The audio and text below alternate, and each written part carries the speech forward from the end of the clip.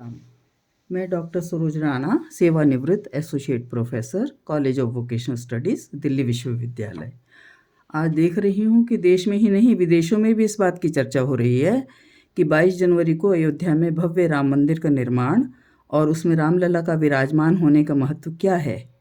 क्या इसका महत्व केवल हिंदू समाज के लिए है या अन्यों के लिए भी इसमें विकास, सद्भावना और शांति का संदेश छिपा है।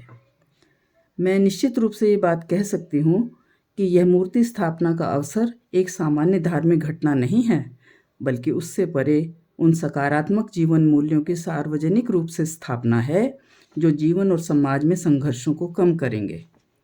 मुझे ये देखकर भी अत्यंत सुखद अनुभूति हो रही है कि आज राम सभी विषयों पर चर्चा के केंद्र बिंदु बने हुए हैं।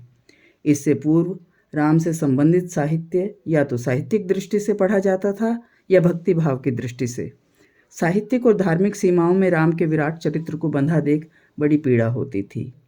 आज राम के जीवन चरित्र का वास्तविक मूल्यांकन हो रहा है। राम विशेष होकर भी साधारण हैं। राम लोकतंत्र के जनक हैं। राम सभी को साथ लेकर चलने वाले समावेशी हैं।